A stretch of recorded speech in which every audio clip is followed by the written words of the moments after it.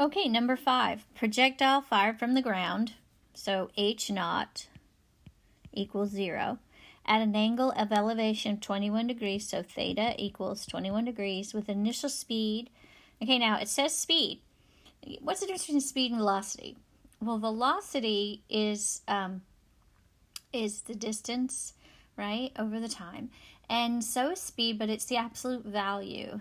So something could be slowing up or increasing, and they just will say the absolute value of velocity. Speed, so some people use it interchangeably, especially when things are always going in a positive manner. So anyway, speed, velocity, as long as you understand speed would be the absolute value.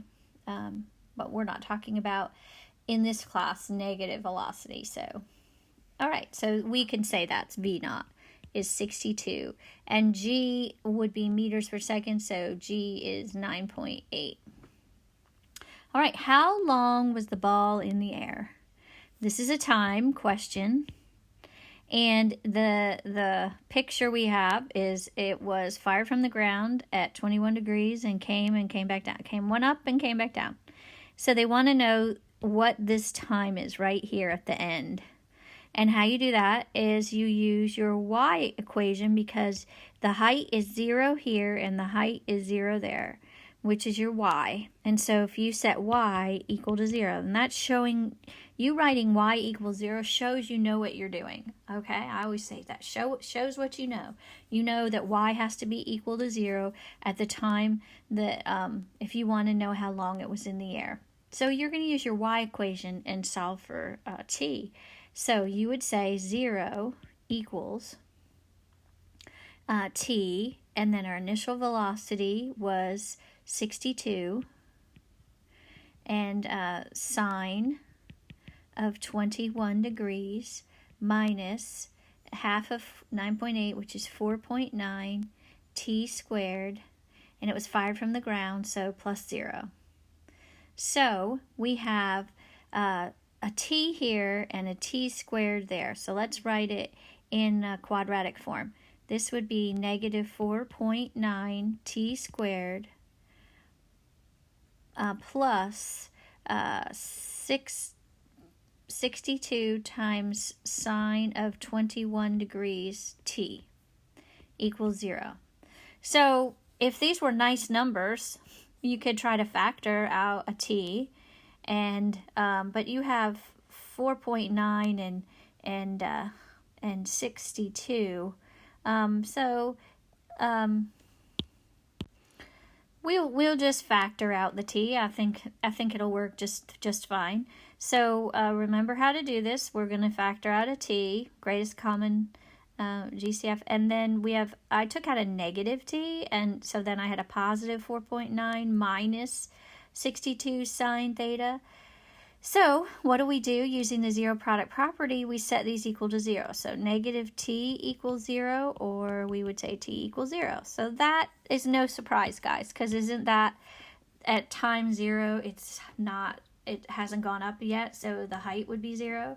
And so we're really looking for the other t. So this side would be 4.9 minus 62 sine of 21 degrees equals 0.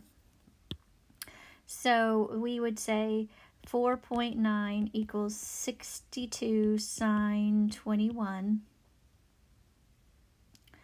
I'm sorry, there was a t here.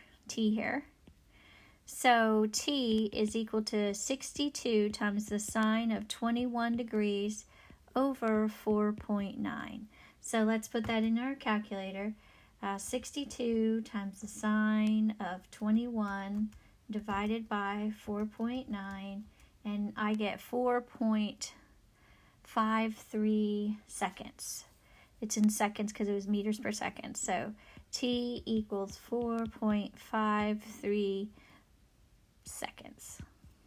Okay, so that's a great example. And if you didn't want to factor, you could have used the quadratic formula, but man, factoring is so much easier for this case. You didn't have a c, so you could just factor out a t and turn it into that kind of question. All right, let's go to part B. Part B just asks, hey, determine the total horizontal distance the ball traveled. It wants x, and you have the time now, right? You have the time that was 4.53. So you have t, and you have the angle, and you have the initial velocity. So let's refresh ourselves. The initial velocity, v naught, was 62. Theta was 21 degrees.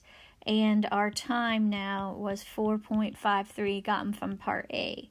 So x is equal to t v naught cosine theta.